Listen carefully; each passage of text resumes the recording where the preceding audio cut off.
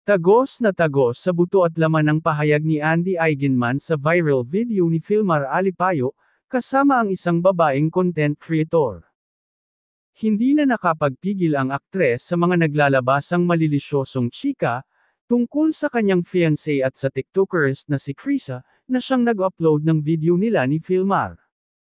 Marami ang nangnanega ngayon kay Filmar, dahil sa umano'y pakikipaglandian at pakikipag-flirt nito kay Krisa, nang magkita at magkausap sila sa isang bahagi ng Siargao. Ayon kay Andy, wala raw siyang nakikitang masama sa ginawa ng kanyang future husband, ang nakakaloka lang daw ay ang pagpo-post ng edited video sa social media para sa likes and views. Ani Andy, he can go out with his friends, go drinking every once in a while, and chat with whoever he wants. No harm in that. Dagdag pa niya, what's shameful is purposely posting and editing a video to cause a stir, disturbing the peace of people and dragging them into their negativity, just for some social media attention. Kasunod nito, si Krisa naman ang nag-issue ng statement tungkol sa kontrobersya, kung saan ipinagdiinan niyang walang nangyaring something, sa kanila ni Filmar. Hindi totoo ang inyong iniisip at hindi totoo ang mga naglalabasang isyu sa social media. Alam ko mga kaibigan na mali ko, ako rin ang naglaglag sa aking sarili, ang sabi ni Krisa.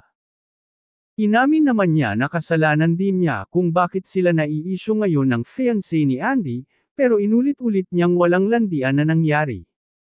Walang flirting na nangyari, dahil nasa public place kami. At hindi ko rin ma-please si Filmar the way siya tumingin at mag-act sa akin. Ang mali ko lang talaga mga kaibigan, hindi ako dumistansya. Pero yang sinasabi nyo na lumalandi ako, hindi ako lumandi dahil alam kong pamilyadong tao siya. Ang sa akin lang mga kaibigan, masyado akong na-overwhelm dahil hindi ko inakala na kilala din pala niya ako.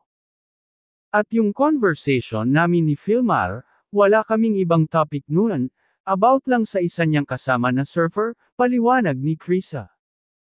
Sabi pa ni Krisa, pareho na silang nakainom ni Filmar that time at kasama nila ang kani-kanilang surfer friends nang magkita sa isang bar sa Siargao. Sa huli, muling ipinagdiinan ni Krisa na walang nangyari sa kanila ni Filmar, at ito na ang huling pagkakataon na sasagutin niya ang issue.